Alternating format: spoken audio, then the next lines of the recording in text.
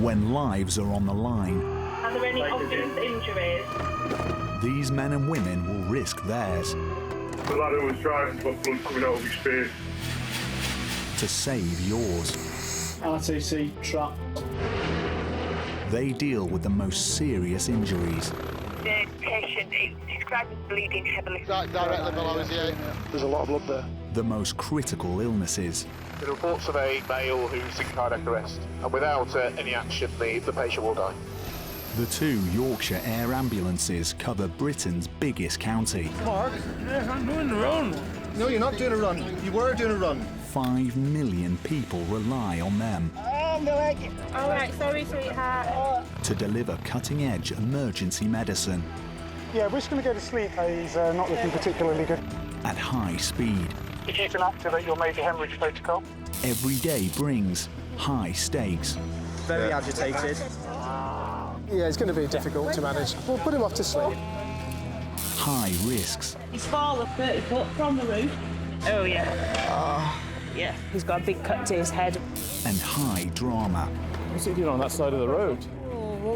Is that hurting there? Yeah. I'm really concerned about that. He's just rigid there. Yeah, sooner rather than later, if he's bleeding, we need to go, don't we? It's actually life-threatening.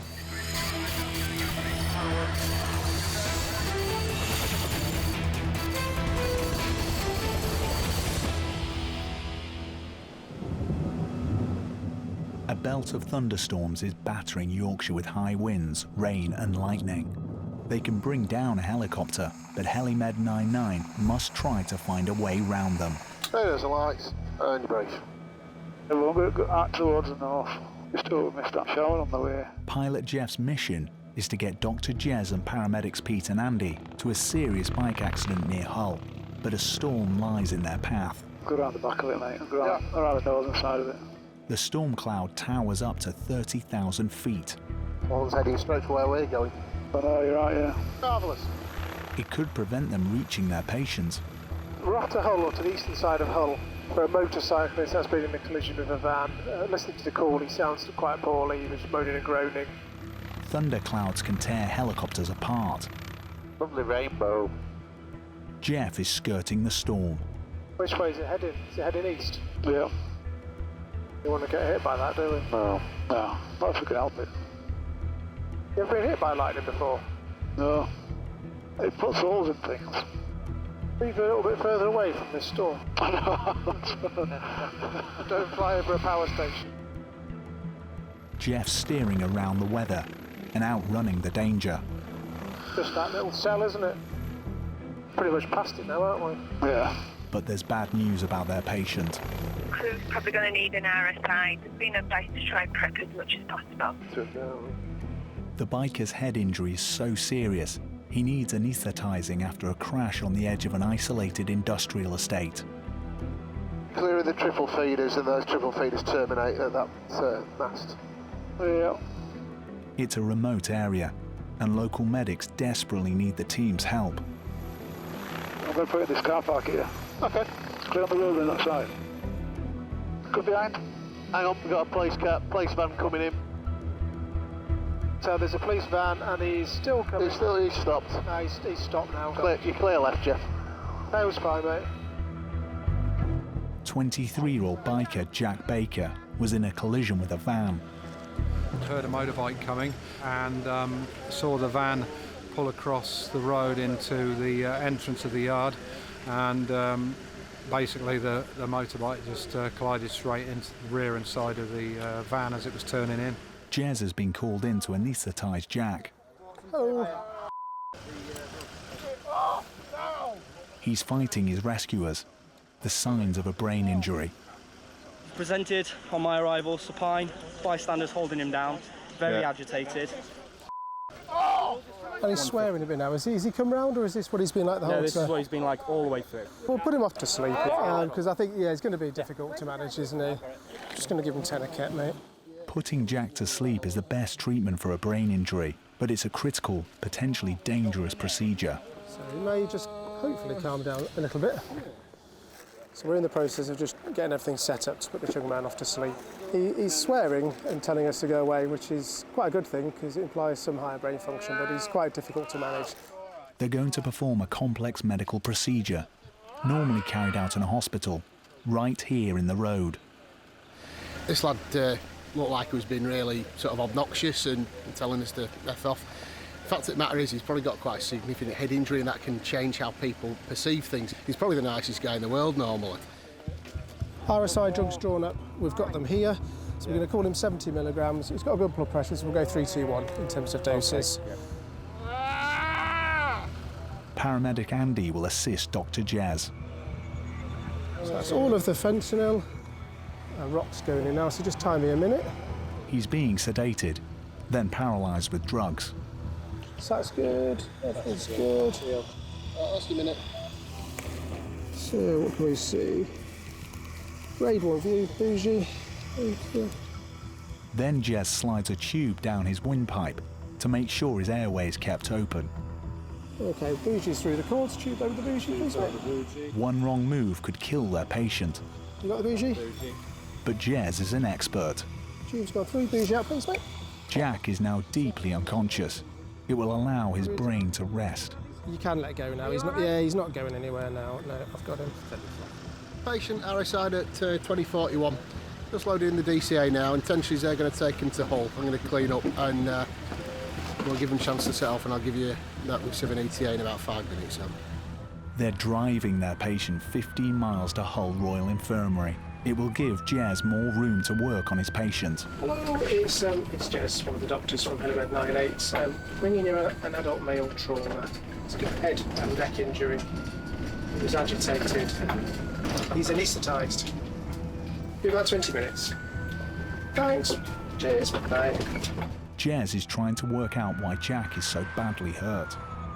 There's some damage to his bike, but it's not catastrophic, and equally to the van, it's not massively damaged. So that would imply that the kind of forces involved weren't too bad. By putting him to sleep, controlling his oxygen and his carbon dioxide, it just makes everything safer and easier. The major trauma centre is on standby for Jack's arrival. His condition is critical.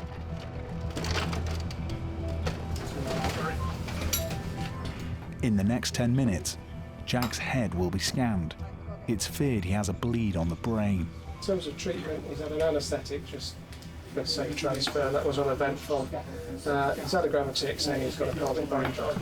Cracking. Right, so we get our monitoring on, they're monitoring off, and then Andy's going to crack on with our primary survey. And then we'll get some red stuff out. Jack's life is on the line. His family are being raced to his bedside.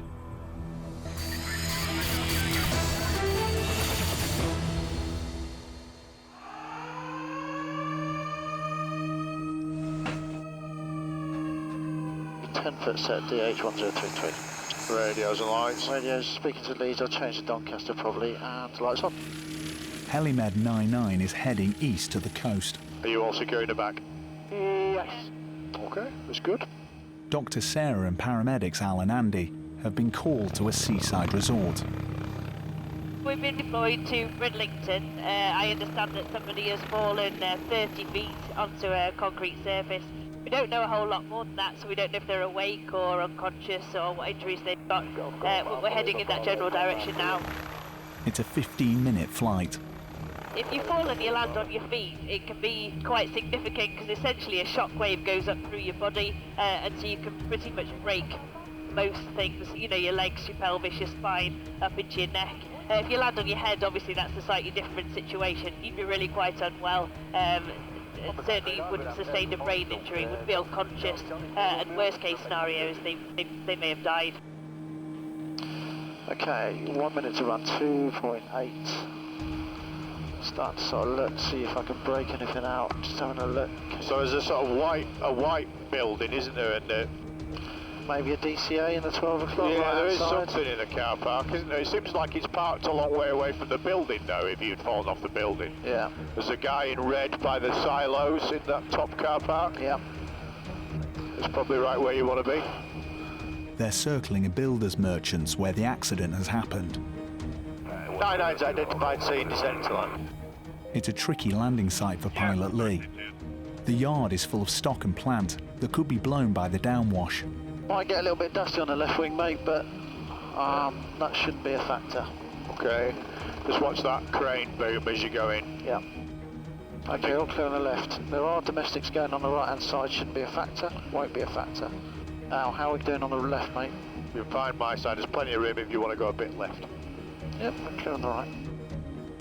Dust and debris from building work are making Lee's job harder. You might need to do a com wash when you get back. He's landing his medics at the door of the building, where their patient is lying. Right, we're down. Head escort 9 landing scene. The man was a contractor, using this cherry picker when he fell through a skylight. Thank you. Now then. He's fallen 30 foot from the roof. Obviously fractured wrist there. There's nothing obvious pelvis leg-wise. So that's 94, but he has got more hands. He's elbows into his chest, equal bilateral entry, reduction to the chest injury. 19-year-old Harvey Usher is a former soldier. He'd only been in the job 2 weeks. He's critically injured. I'm Sarah, I'm one of the doctors from the ambulance, all right? I'm just going to have another quick look at you. Right, does this hurt when I touch? No, don't shake your head, just say yeah or no. Are we all right? Awesome tattoos, by the way. Deep breathing for me. Good lad. Ground paramedics are working to help stabilise their patient. Does that hurt? No. So A's good, B's good. He's got no crepitus. He's got equal chest expansion. His pelvis feels fine. His belly is soft. It's non-tender. Does this one hurt at all? No. Does this one? Can you wiggle your toes for me? Good lad. After falling from such a height, Sarah is concerned Harvey may have a life-threatening injury. But at this stage, there are few obvious signs of exactly what it may be. Just wrist out at the moment. Both arms. Both arms. Yeah, they're both really painful. Both. How did you land? I don't know. You don't know. You can't remember. Falling. But escaping with just broken wrists sounds too good to be true. This lad's actually fallen through the roof, kind of 20 foot this direction, landed on the floor, and then he's actually walked to here. But I think looking at the injuries he's got, it's probably like a massive adrenaline rush that's enabled him to walk that far, because it looks like he might have some reasonably serious injuries. So we just need to get him stabilised and then fly him down to Hull to the major trauma centre. Harvey, we're just going to give you some morphine. Are you allergic to anything? No. Are you on any medicines from the doctor? No. Are you a fit and well person? Yeah. Yeah. How old are you? Normally. 19? Yeah. Whippersnapper, you shouldn't have outrun with you when you're 19. They need to keep his spine rigid, so they've not moved him. Now it's time to examine his back. Harvey, we're just going to ever so slightly roll you this way, leave you closed behind, okay? You let us do everything, all right? What's that, the wrist? Yeah. Okay. On the back of my head, I've got the coat. On the back of your head? There. Then they discover a major head wound. He's got a big occipital. Yeah. Oh, yeah. Yeah. It's a really big occipital. Really boggy. It looks like Harvey has fractured his skull. He may need surgery. Don't worry, you're not going to lose your looks. It's all in your hair. So don't worry. Yeah. Right, are we happy to do the roll that way? Yeah, we can. Ready, steady, roll. Just a little bit, guys, just a tiny bit. That should be there, should be all right. Ready, steady, down. Is that just missing his head there? Yeah, is that right? He's fallen actually really quite a long distance. He was above this roof in a kind of cage and he stood onto something that has just given way underneath him, and he's fallen all this distance to the floor, so probably 30 foot, something like that, and it is a concrete floor. He's got a big cut to his head, or a couple of big cuts to his head. It looks like he's broken both of his arms as well, so he's really quite sore. Ready, steady, lift.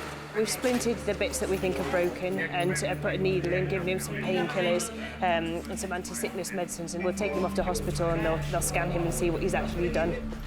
Harvey is being flown 30 miles to A&E in Hull. Okay guys, so it's just going to be straight into the hover, straight direct and then flying away because of the dust and fog hazard. Okay, power coming in. He's lucky to have survived, but his life could still be in the balance. We've put a trauma call in and we've told them what's happened. So they'll do a top to bottom look and then they'll send him for a CT scan and some pictures of his wrist as well, just to see whether he's got any internal injuries. I mean, certainly he's got quite a nasty head injury externally. There's nothing to suggest that there's nothing inside, but you never really know. So only the scans can tell us what's actually happened. His two colleagues looked really terrified. I think they presumed that he was gone. From seaside town to East Yorkshire's biggest city has taken just 14 minutes. AS99 finals all Royal. Got the DCA. What I'll do, mate, is I'll probably land just a little bit long and then reposition. Roger. Okay, forward and down from there. Okay, I'm going to go down on that, mate. Okay. Their patient's outlook is uncertain. Okay, we're down. In the next hour, trauma consultants will deliver their verdict on Harvey's case.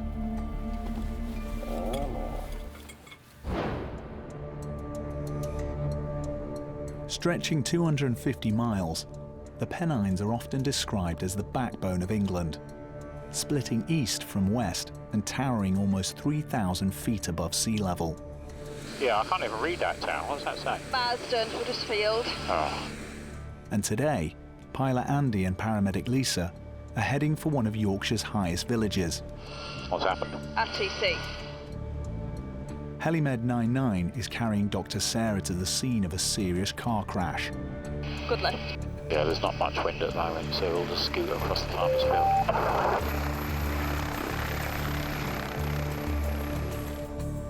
We're just heading off to Marsden, which is the border between us and the Manchester area. The only information we've got so far is that a car's left the road and gone down a ravine. So there's a lot of people heading towards that at the moment. So hopefully we'll get some more information when we arrive to see how many patients are actually there. Many roads in the Pennines run along ridges with long, lethal drops feet from the tarmac. NS99, have we got an address for this detail and any more patient info? 999 controllers have pinned down the location of the crash. Yeah, I'm suggesting it's down Redbrook Clough. And the last one, the patient was constant breathing and it's still in the car over. Where's the C? Right, you see where the road is? B. Yeah. Oh, yeah? A paramedic was heard to say. That's quite off. No, do you want to land on the bit just behind the ambulance over? Yeah, I will do. The car has left the road and careered a quarter of a mile down a ravine. You can see a post on my side. Right, yeah, they're running parallel. I think we're clear over bit we're going. Right, it starts to roll away my side, don't go any further left. You clear out. NS99 landed. The team's patient is trapped in her hatchback. It's a tricky hike down to her. Joan Mills is a retired NHS manager who has miraculously survived a terrifying multiple rollover. How did she do it? They're resurfacing the road. Flying Dr. Jez lives nearby. He had his kit in the boot of his car and raced here to help. She's rolled it a few times. Okay. A bit of pain in her upper thoracic spine, pain in her lower spine, which is getting worse, but that's a nice game. Is that all she's got? That's really good, isn't it? Dr. Sarah is taking over her care. Hello, love. Hello. I'm Sarah. I'm one of the doctors. Sorry to meet you like this. I do apologise, but I could do with just popping a tiny needle in. Oh, well, there you're fine, aren't you? To be honest, you've got to... care manager. So you've got lots of experience in that. Yeah. It's sort of payback, really, isn't it? For many people, I'm sure you've done it before. It looks like Joan has had a lucky escape, but she may have more serious life-threatening injuries. So, are you still working or retired? I'm 78. Oh, my, you're retired now. You don't look 78. I don't have grey hair, I'm a bit of a freak. Paramedic Pete and Dr. Jez are trying to plan Joan's rescue. Ponds at this end, Jez. Have a look up there. We can carry her up there if we need to. They've got MIPS. Yeah. So we're just going to get some analgesics. Joan suffers from arthritis. Now it's feared she has a serious back injury. She's going to be strapped to a rigid spinal stretcher. Receiving, go ahead. Hey, Charlie. Is the plan still up at wall? Yeah, affirmative. Fire and rescue have sorted out an extrication route. So the plan is to get her on the MIBs, carry her onto the road, and I'm going to get the DCA to drive up and meet us, over. I'm behind you, Joan. It's vital Joan is handled with extreme care. Oh, that's why that's not good. One wrong move could damage her spinal cord. Her arthritis and previous surgery to her back could have weakened her vertebrae. got a very good volume radio. Has she still? I couldn't feel one on the other side, but she's had so much surgery on it. Local firefighters will carry Joan up to the road. She looks less pasty than she did in the car. She's complaining of the belly run. I've not really had a look at that. The team need to decide which hospital is best for their patient. Clinically, you're happy with it to go to Huddersfield? We don't know, we're just debating that. Yeah. She's rolled about 3 or 4 times coming down here. Seeing as we're here and she's been here long enough and she's freezing, we're going to get her on the aircraft, wrap her up and fly to Leeds.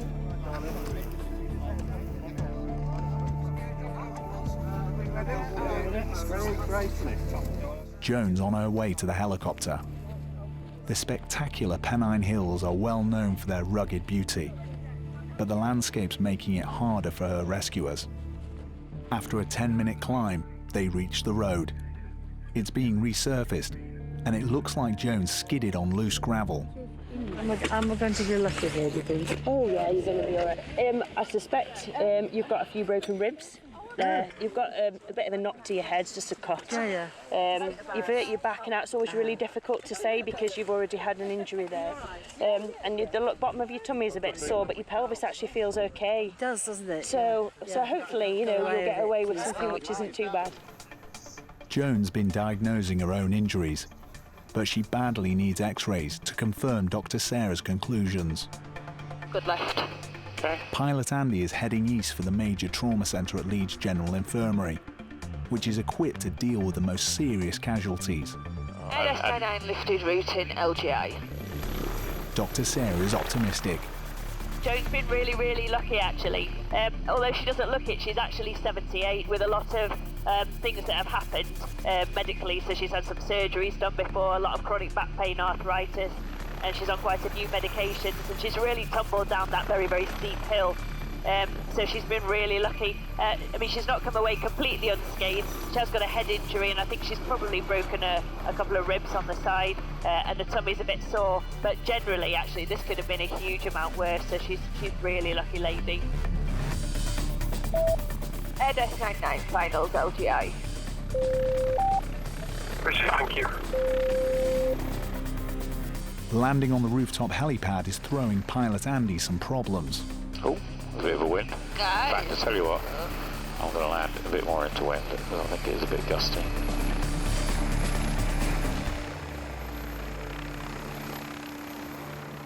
At last, Joan is on her way to resus. So this is Joan Mills. She's 78 years old. She's a single occupant of a car, restrained driver. She's got bilateral rib fractures. They tended to palpate, but good bilateral air entry. And she knows exactly what you're talking about because she is a retired practice manager. Okay. A new generation of NHS nurses will be treating her. But tests are about to reveal Joan's injuries are worse than they appear.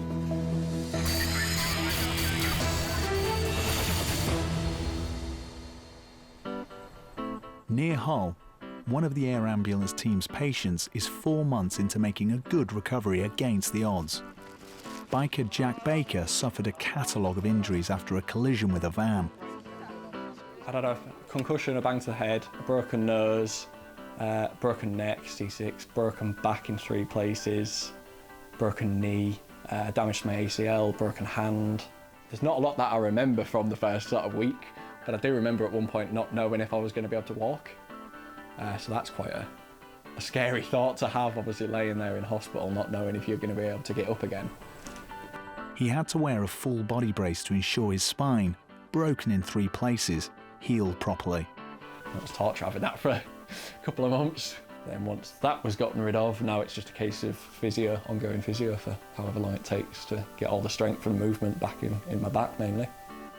Jack has only sketchy memories of his rescuers, but he's still determined to repay them. I don't remember anything from that day, but the work that they do is really, really important. And yeah, my work are doing a fundraiser for them, and hopefully I'm going to do a fundraiser next year and try and give a little bit back to them.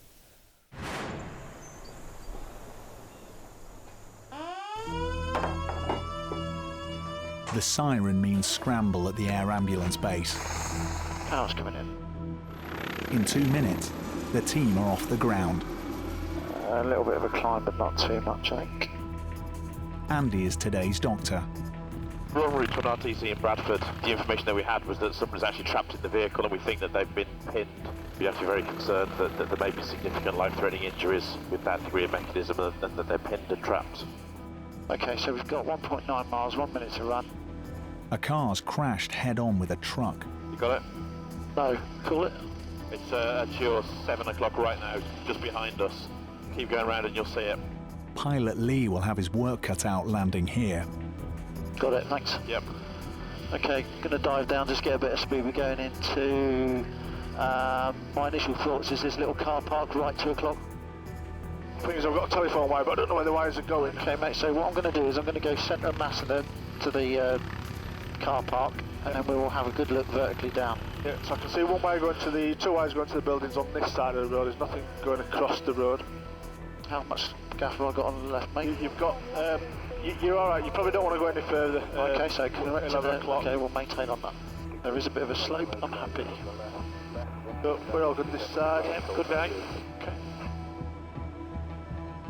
We're in limits. Okay, we're down, guys. Thank you. Okay, mate. The medical team must work out what happened. What's he doing on that side of the road? Yeah. Motorist Brendan Feely is trapped. This is Brendan. Yeah. Brendan's not sure exactly what's happened. He's ended up on the wrong side of the road, gone into here. I don't know what the speed's involved in, but obviously you can see. His car went from 30 miles an hour to 0 in inches. He's gone in a fairly small car into this thing, which is sizable, obviously big mismatch in weight. So he's going to have had a big deceleration. So he's going to have been thrown forward, then the seatbelt will have kicked in, but the organs inside kind of carry on moving, and that can cause severe injury with that rapid deceleration. Tools Brendan was carrying in the back of his car flew forward in the impact. Have you seen all this stuff that was behind that's come clattering into him? All this stuff here? So there's a fair weight has come into the back of his seat. Put him now. Firefighters are struggling to free him. All this stuff was in the boot, was it? Yeah, and the passenger side's got jerry cans full of fuel and all sorts. Okay. The spot driver of this lorry, yeah. He actually slowed down and stopped before the impact of this. Right, okay. He saw him coming across the road. Yeah. Before he hit this, there was black smoke coming out of the vehicle like his foot has gone on the accelerator. Sort of some vague stories about what might have happened leading up to this impact, but yeah, we are concerned there might have been a medical event which has led into this, and that makes things, you know, more complex because you're potentially assessing somebody who's got a medical problem at the same time as their trauma problem. Where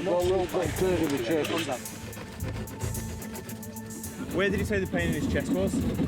About middle-ish. In the middle on the front? Yeah, all right.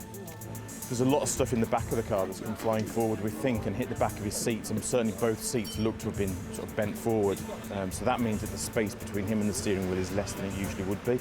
So yeah, we are concerned about his chest in particular at the moment. Now the roof's off, they can finally examine their patient.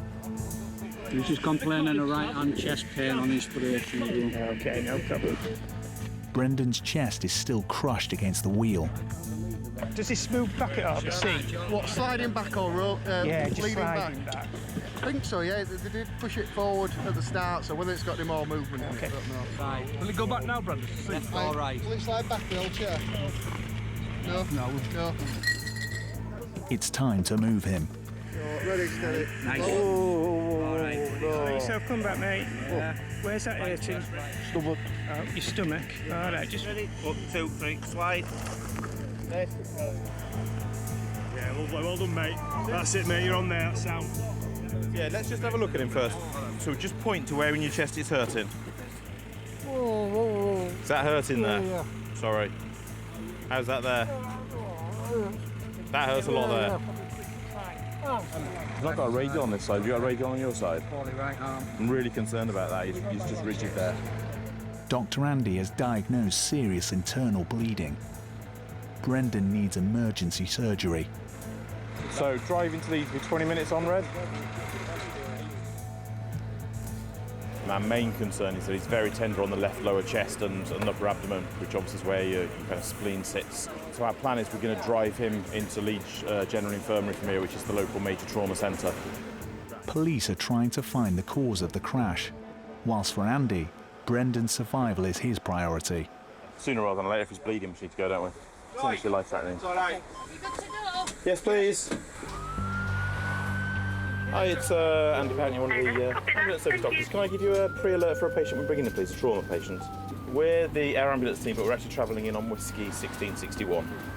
So injuries, he's got rigid left upper quadrant with extreme pain, so I'm worried about his spleen. A full trauma team is being put on standby at Leeds General Infirmary. We're just concerned it may have a few abdominal injuries, which is the main concern, potentially chest injuries. So yeah, but hopefully Major Trauma Centre will have all the relevant scans and we'll see what he's done. Brendan's made it.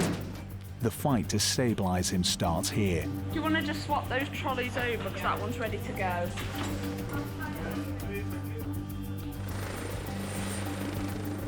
Windows lights, brief. Windows, we've got Leeds lights on, brief. V21 departure out of here. The chopper team are heading back to base. Andy's anxious to hear news. His blood pressure's fallen on the way to the hospital, so he's in scan at the moment, which will tell them more about what injuries he's got and how they're going to manage it from there. But yeah, at the moment it is looking quite worrying for him.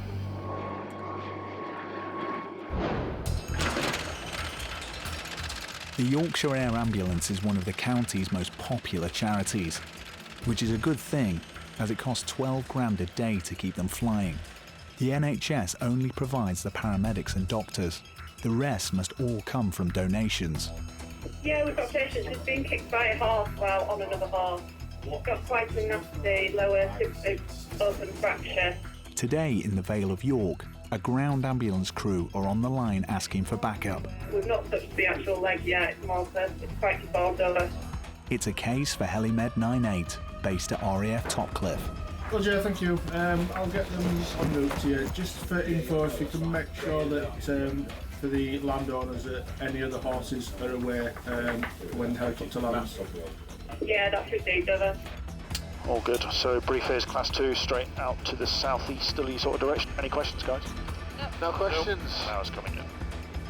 Okay, up we come. We are 101 on the blue, 2 greens, 0-0.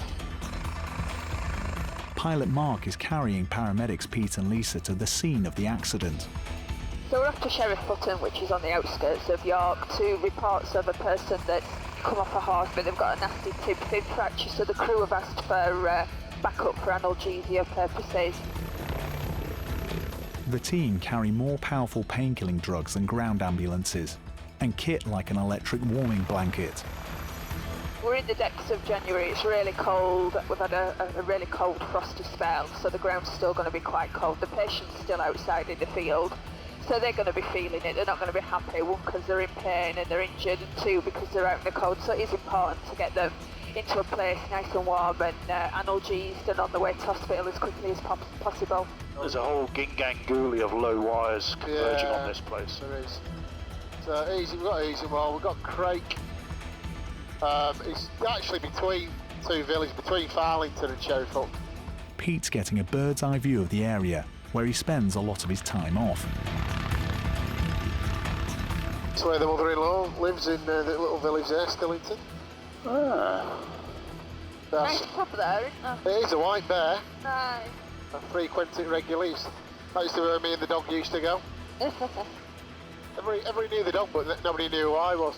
That's that boy that comes in with Poppy. No. That's because the dog's cute and you're not. Yep, thanks for that. The patient was out riding in a field when she was kicked by another horse. By the tree, 3 o'clock low. You got a visual. Right, so we've got triple feeders, we've got the pylons. Yep, got these ones. More triple feeders. Yep, happy with that, mate. So we're down at minute 48. You're clear out, Lisa. Ironically, Christine Drury is a keen supporter of the Air Ambulance charity.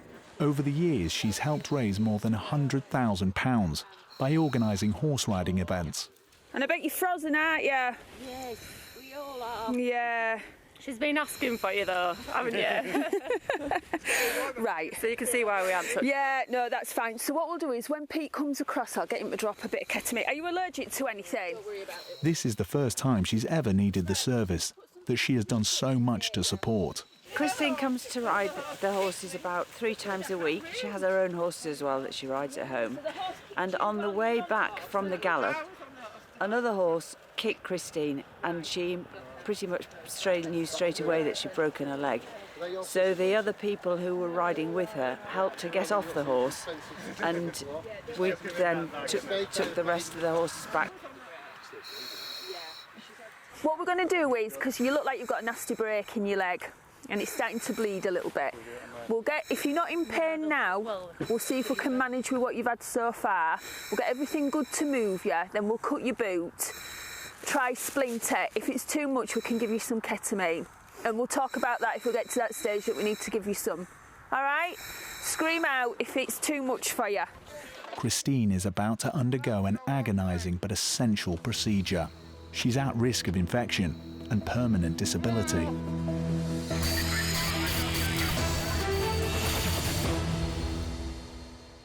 Let's get everything ready.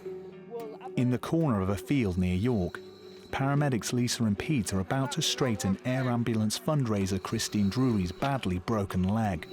I think she's struggling without some more. Yeah, don't worry about it. We're going to give her something. They're going to use ketamine. It's a livestock tranquilizer, now also used on humans. Are you in pain, Christine? Yes. Right, okay. It gives patients temporary amnesia and hallucinations. Ketamine can make you feel really strange. You'll know what's going on around you, but you might hallucinate. You might have strange sensations. It's really important that you just relax and go with that feeling, okay? Once you've had it, you probably won't remember anything about what we're going to do next. That's good. Okay? The team must stop the broken bone moving and worsening her injury. What we want to do is do everything quite slickly once we're in a position to go. Danielle, do you mind taking lead on splint on leg? Yeah. Have we got some dressings to hand? I've got the dressing bag here.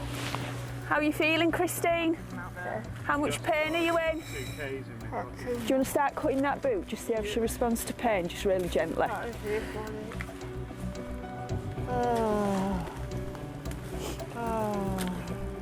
We're going to start touching your leg, Christine, okay?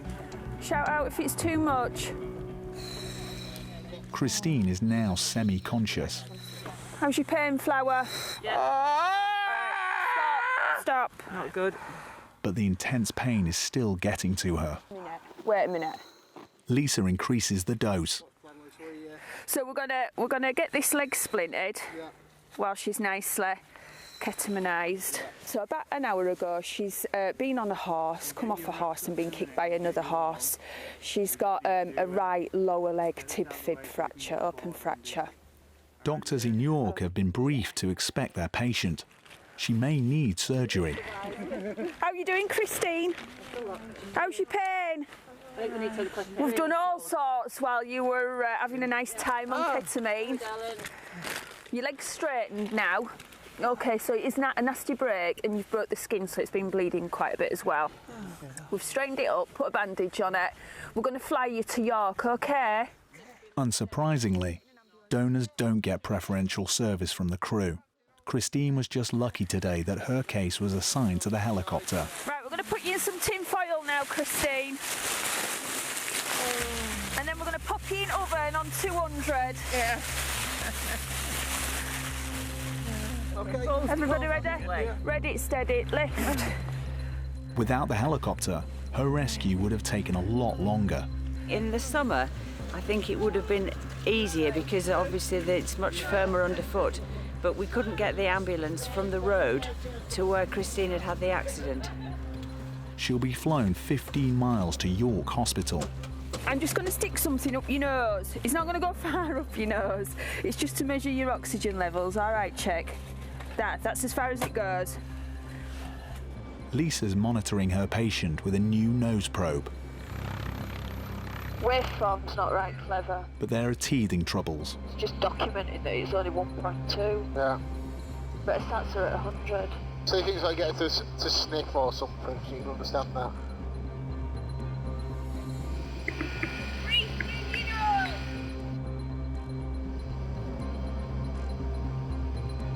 Even I heard that. What's that? Shouting, breathe through your nose. I think they heard that in York. My husband always says I'm a foghorn. Mark's heading for a landing in the heart of the medieval city.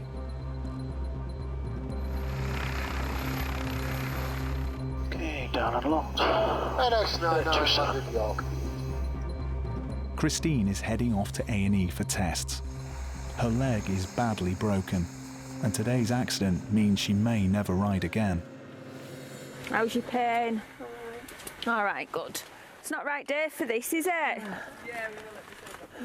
Just take these off your ears. Christine was in hospital for 2 weeks and had to be transferred to Hull for complex surgery on her left leg, which included skin grafts. Virtually as good as new, just a bit numb, and I've got a nasty scar, but it works. It works all right. I can run again. And it hasn't put her off riding. I didn't feel nervous because it hadn't been a fall, it had just been a freak accident. Once I got back riding, it was just so nice to be back on. Or raising money for the Air Ambulance charity. I never ever dreamt that it would be something that I would need. I shall certainly be keeping going for a few more years, raising money for them now. Rufa Harvey, who plunged 30 feet to a concrete warehouse floor, broke both wrists and required surgery.